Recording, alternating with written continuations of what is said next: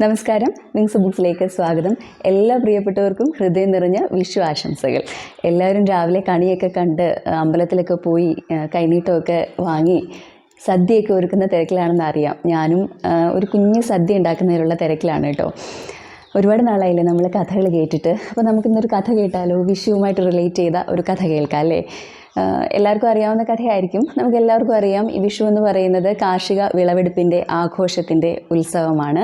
അതേപോലെ രാവും പകലും ഒരേ ദൈർഘ്യത്തിൽ വരുന്ന ദിവസമാണ് വിഷു.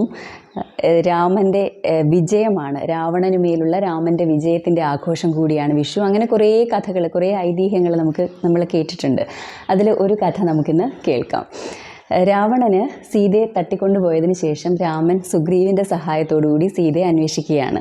അങ്ങനെ ബാലിയെ വധിച്ച് രാജാവാകുക എന്നുള്ളതാണ് സുഗ്രീവൻ്റെ ആഗ്രഹം. ബാലി വധത്തിന് വേണ്ടിയിട്ട് ശ്രീരാമൻ സുഗ്രീവന് കൂട്ടുനിൽക്കുകയാണ്.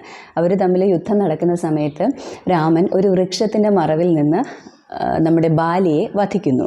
പിന്നീട് ആ വൃക്ഷം ബാലിയെ കൊന്ന വൃക്ഷം എന്ന പേരിലാണ് അറിയപ്പെടുന്നത്. ബാലിയെ കൊന്ന വൃക്ഷം പിന്നീട് എല്ലാവരും പറഞ്ഞ് കൊന്നമരം എന്നുള്ള രീതിയിലേക്ക്, ബാലിയെ കൊന്നമരം എന്നുള്ള രീതിയിലേക്ക് മാറി. ഈ കൊന്നമരത്തിന് ഇത് കേൾക്കുന്നത് വലിയ വിഷമമായിരുന്നു കേട്ടോ. അപ്പം കൊന്നമരം ഭഗവാനോട് ഇങ്ങനെ പറഞ്ഞു, ഭഗവാനെ, ഒരു തെറ്റും ചെയ്യാത്ത ഞാനിപ്പോൾ കൊന്നമരം എന്നാണ് അറിയപ്പെടുന്നതെന്ന്. അപ്പോൾ ഭഗവാൻ മരത്തെ ആശ്വസിപ്പിച്ചിട്ട് പറഞ്ഞു, വർഷങ്ങൾ പോകെ നിനക്ക് ദൈവത്തിൻ്റെ അനുഗ്രഹവും കൃപയും കാരുണ്യവും ഒക്കെ ഉണ്ടാകും, ഈശ്വര ഭജനത്തോടുകൂടി ഇരിക്കുക എന്ന് പറഞ്ഞു. അങ്ങനെ കാലം ഒരുപാട് മുന്നോട്ട് പോയി. ഇവിടെ കലിയുഗത്തിലെ ഒരു ഗ്രാമത്തിലെ ഒരു ബാലൻ, അവൻ ഭയങ്കര ശ്രീകൃഷ്ണ ഭക്തനായിരുന്നു കേട്ടോ. അപ്പോൾ എപ്പോഴും രാവും പകലും എല്ലാം അവനിങ്ങനെ ഭഗവാനെ ഭജിച്ചുകൊണ്ടേയിരുന്നു. അവൻ്റെ വലിയ ആഗ്രഹമായിരുന്നു ഭഗവാനെ ഒന്ന് നേരിട്ട് കാണണമെന്ന്. അങ്ങനെ ഒടുവിൽ അവന് മുന്നിൽ ഭഗവാൻ പ്രത്യക്ഷപ്പെട്ടു. അവൻ എന്ത് വരമാണ് വേണ്ടതെന്ന് അവനോട് ചോദിച്ചപ്പോൾ അവൻ പറഞ്ഞു, ഭഗവാനെ നേരിട്ട് കാണുന്നതിനപ്പുറം എന്താണ് എനിക്കൊരു വരം ഉള്ളത്, അതാണ് എൻ്റെ ഏറ്റവും വലിയ സൗഭാഗ്യമെന്ന് പറയുന്നു. അങ്ങനെ ഭഗവാൻ ആ ബാലനിൽ, ആ ഉണ്ണിയിൽ സംപ്രീതനായിട്ട് അദ്ദേഹത്തിൻ്റെ അരിഞ്ഞാണം ഉണ്ണിക്ക് സമ്മാനമായിട്ട് നൽകുന്നു. അപ്പോൾ ഉണ്ണി എല്ലാവരുടെ അടുത്തും ഇങ്ങനെ പറയുകയാണ്, ഭഗവാൻ എൻ്റെ മുന്നിൽ പ്രത്യക്ഷനായി എനിക്ക് അരിഞ്ഞാണം സമ്മാനം തന്നു എന്നിങ്ങനെ എല്ലാവരുടെ അടുത്തും പറഞ്ഞു നടക്കുകയാണ് കേട്ടോ.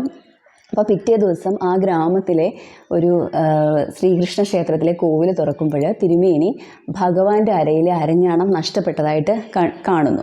അപ്പോൾ ഇവൻ മോഷ്ടിച്ചതാണെന്ന് എല്ലാവരും പറയും. ഇത് കേട്ട് വിഷമം തോന്നിയ അവൻ്റെ അമ്മ അവൻ്റെ കയ്യിലിരുന്ന അരിഞ്ഞാണം തട്ടിപ്പറിച്ച് ദൂരേക്ക് ഒരേറെറിഞ്ഞു. ഈ അരിഞ്ഞാണം പോയി വീഴുന്നത് കൊന്നമരത്തിലാണ്. കൊന്നമരം നിറയെ കണിക്കൊന്ന പൂക്കളാൽ നിറഞ്ഞു. അങ്ങനെ ഭഗവാന്റെ അരിഞ്ഞാണത്തിലെ അരമണികളാണ് ഈ കണിക്കൊന്ന പൂക്കളെന്നാണ് കൊന്നപ്പൂക്കൾ എന്നാണ് പറയപ്പെടുന്നത്. അപ്പോൾ ആ ദിവസമാണ് പിന്നീട് എല്ലാ വർഷവും നമ്മൾ വിഷുവായിട്ട് ആഘോഷിക്കുന്നതെന്നും ഒരു വിശ്വാസമുണ്ട്. അപ്പോൾ കഥ ഇഷ്ടപ്പെട്ടു എന്ന് വിശ്വസിക്കുന്നു. നമുക്ക് മറ്റൊരു കഥയുമായിട്ട് വിങ്സ് ബുക്സിലൂടെ വീണ്ടും കാണാം. അതുവരേക്കും എല്ലാവർക്കും ഒരിക്കൽ കൂടി മനോഹരമായ ഒരു വിഷു ആശംസിക്കുന്നു. Thank you so much for watching.